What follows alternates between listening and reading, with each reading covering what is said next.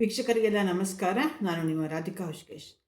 ವೀಕ್ಷಕರೇ, ನಿಮಗೆಲ್ಲ ಗೊತ್ತಿರೋ ಹಾಗೆ ನಾವು ಏನು ಒಂದು ದಿನನಿತ್ಯದಲ್ಲಿ ಪ್ರಾರ್ಥನೆಯಲ್ಲಿ ಉಪಯೋಗಿಸುವಂಥ ಶ್ಲೋಕಗಳಿಗೆ ಒಂದು ವಿಡಿಯೋವನ್ನು ಮಾಡಿದ್ವು. ಅದೇ ರೀತಿ ಇವತ್ತು ಇನ್ನೂ ಯಾವ ಯಾವ ಶ್ಲೋಕಗಳನ್ನು ನಾವು ದಿನನಿತ್ಯ ಪಠಿಸಬಹುದು ಅಂತ ಒಂದು ಚಿಕ್ಕ ವಿಡಿಯೋವನ್ನು ಮಾಡ್ತಾ ಇದ್ದೇವೆ. ಮೊದಲನೆಯದಾಗಿ ನಾವು ಗಣೇಶನನ್ನು ನಾವು ಸ್ತುತಿ ಮಾಡ್ತೇವೆ. ಬೆಳಗ್ಗೆ ಎದ್ದು ಪ್ರತಿಯೊಂದು ಶ್ರೀಪೂಜರಾದ ನಂತರ ಸ್ನಾನ ಪಾನ ಉಡುಗೆ ತೊಡುಗೆ ಎಲ್ಲ ಆದ ನಂತರ ನಾವು ಗಣೇಶನನ್ನು ಪ್ರಾರ್ಥನೆ ಮಾಡ್ತೇವೆ. ಅದಕ್ಕೆ ನಮಗೆಲ್ಲ ಗೊತ್ತಿರೋ ಹಾಗೆ ಶುಕ್ಲಾಂಬರಧರಂ ವಿಷ್ಣುಂ ಶಶಿವರ್ಣಂ ಚತುರ್ಭುಜಂ ಪ್ರಸನ್ನವದನಂ ಧ್ಯಾಯೇ ಸರ್ವವಿಘ್ನೋಪಶಾಂತಯೇ, ಈ ಥರ ನಾವು ಏನು ಗಣೇಶನನ್ನು ಅಥವಾ ವಿನಾಯಕನನ್ನು ಪೂಜೆ ಮಾಡ್ತೇವೆ. ತುಂಬ ಹಿಂದೆ ನಮಗೆಲ್ಲ ಒಂದು ರೂಢಿ ಇತ್ತು. ಅಂದರೆ ಸ್ನಾನ ಆಗ್ತಿದ್ದಂಗೆ ನಾವು ದೇವ್ರ ನಮಸ್ಕಾರ ಮಾಡ್ತಿದ್ವಿ. ಯಾವ ಶ್ಲೋಕ ಹೇಳ್ತಿದ್ವಿ ಗೊತ್ತಾ? ಬೆನಕ ಬೆನಕ ಏಕದಂತ ಪಚ್ಚೆಕಲ್ಲು ಪಾಣಿಪೀಠ ಮುತ್ತಿನುಂಡೆ ಒಪ್ಪುವಂಥ ವಿಘ್ನೇಶ್ವರನಿಗೆ 21 ನಮಸ್ಕಾರಗಳು. ಈಗ ಈ ಒಂದು ಏನು ಚಿಕ್ಕದಾದ ಈ ಒಂದು ಶ್ಲೋಕ ಅಥವಾ ಏನಂತೀವಿ ಕನ್ನಡದಲ್ಲಿರುವಂಥದ್ದು ಎಷ್ಟು ಜನಕ್ಕೆ ತಿಳಿದಿದೆಯೋ ನನಗಂತೂ ಗೊತ್ತಿಲ್ಲ. ಅದೇ ರೀತಿ ನಾವು ನಂತರ ವಿದ್ಯಾದೇವತೆಯಾದ ಸರಸ್ವತಿಯನ್ನು ನಾವು ದೇವರಲ್ಲಿ ಪ್ರಾರ್ಥಿಸ್ತೇವೆ.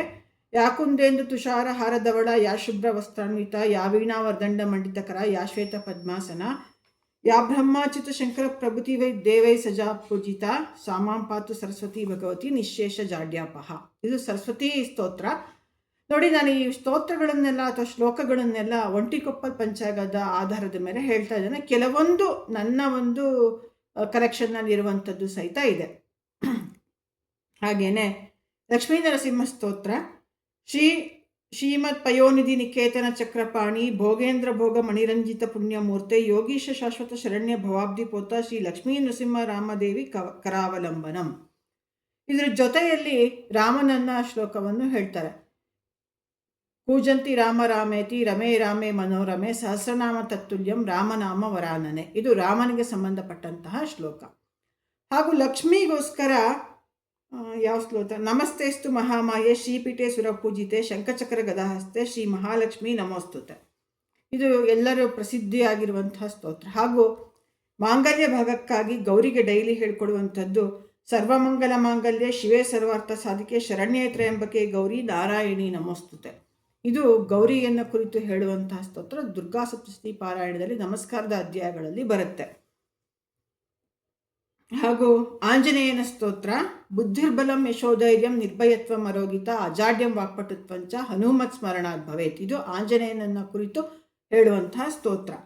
ಆಮೇಲೆ ರಾಘವೇಂದ್ರ ಸ್ತೋತ್ರ ಅಂದರೆ ಎಲ್ಲರೂ ಬೇರೆ ಬೇರೆ ಗುರುಗಳನ್ನು ನಾವೆಲ್ಲರೂ ಪೂಜೆ ಮಾಡ್ತೇವೆ. ಅದೇ ರೀತಿ ರಾಘವೇಂದ್ರ ಸ್ವಾಮಿಗಳ ಭಕ್ತರು ಸುಮಾರು ಜನ ಇದ್ದಾರೆ. ಎಲ್ಲರೂ ಹೇಳೋದೊಂದೇ, ಪೂಜ್ಯಾಯ ರಾಘವೇಂದ್ರಾಯ ಸತ್ಯಧರ್ಮರಥಾಯ ಚ ಭಜತಾಂ ಕಲ್ಪವೃಕ್ಷಾಯ ನಮತಾಂ ಕಾಮಧೇನವೇ. ಮಹಾವಿಷ್ಣುವಿನ ಸ್ತೋತ್ರ, ನಾನು ಸಾಮಾನ್ಯವಾಗಿ ಏನು ಮಾಡ್ತೀನಿ, ವಿಷ್ಣು ಸಹಸ್ರನಾಮದ ಒಂದು ಕಡೆಯ ಏನು ಶ್ಲೋಕ ಇದೆ ಅದನ್ನು ಹೇಳ್ಕೊತೇನೆ. ವರಮಾಲಿ ಗದಿ ಶಾರ್ಗಿ ಶಂಕಿ ಚಕ್ರಿ ಚ ನಂದಕಿ ಶ್ರೀಮನ್ನಾರಾಯಣೋ ವಿಷ್ಣು ವಾಸುದೇವೋ ಅಭಿರಕ್ಷತು. ಇದು ನಾನು ಹೇಳ್ಕೊಳ್ಳೋದು.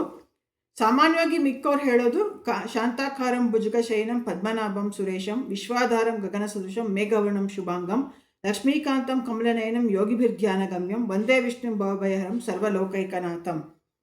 ಹಾಗೂ ಶಿವನಿಗಾಗಿ ಹೇಳುವಂತಹ ಸ್ತೋತ್ರ, ಪ್ರಭೋ ಶೂಲಪಾಣಿ ವಿಭೋ ವಿಶ್ವನಾಥ ಮಹಾದೇವ ಶಂಭೋ ಮಹೇಶ ತ್ರಿನೇತ್ರ ಶಿವಾಕಾಂತ ಶಾಂತ ಸ್ಮರಾರೇ ಪುರಾರೇ ತ್ವದನ್ಯೋ ವರಣ್ಯೋ ನಮಾನೇನ ಗಣ್ಯ.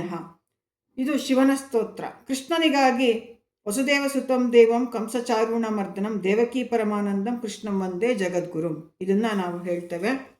ದತ್ತಾತ್ರೇಯ ಸ್ತೋತ್ರ, ಇದು ತ್ರಿಮೂರ್ತಿಗಳನ್ನು ಕುರಿತು ಹೇಳುವಂಥದ್ದು.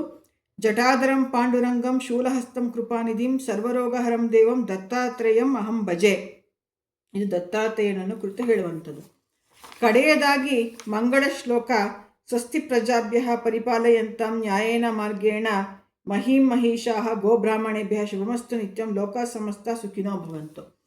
ವೀಕ್ಷಕರೇ, ನೋಡಿದ್ರಲ್ಲ, ಈ ರೀತಿ ಸಾಕಷ್ಟು ನಾವು ಏನು ಶ್ಲೋಕಗಳನ್ನು ಡೈಲಿ ನಿತ್ಯ ದೇವರ ಪೂಜೆ ದಿನಾಗಲೂ ಹೇಳ್ಕೊಳ್ಳುವಂತಹ ಸ್ತೋತ್ರಗಳನ್ನು ನಾನಿವತ್ತು ಹೇಳ್ತಾ ಇದ್ದೇನೆ. ಇದಕ್ಕೆಲ್ಲ ತನ್ನದೇ ಆಗಿರುವಂತಹ ಮಹಿಮೆ ಇದೆ, ತನ್ನದೇ ಆಗಿರುವಂತಹ ಒಂದು ಏನು ಆಚರಣೆ ಅಥವಾ ಒಂದು ಹಿಂದಿನ ಗತ ಚರಿತ್ರೆ ಅನ್ನೋದು ಇದೆ. ನಿಮ್ಮ ಮನೆಗಳಲ್ಲಿ ಯಾವ ರೀತಿ ಪೂರ್ವಿಕರಿಂದ ಬಂದಿದೆ ಆ ಸ್ತೋತ್ರಗಳನ್ನು ನೀವು ದಿನಾಗಲೂ ಹೇಳಿಕೊಳ್ಳೋದು ಒಳ್ಳೆಯದು. ವೀಕ್ಷಕರೇ, ನೋಡಿದ್ರಲ್ಲ, ಇದೆಲ್ಲ ಇಂದ ನಿಮಗೆ ಸಾಕಷ್ಟು ಮಾಹಿತಿ ತಿಳಿಯಿತು ಅಂತ ಭಾವಿಸ್ತೇನೆ.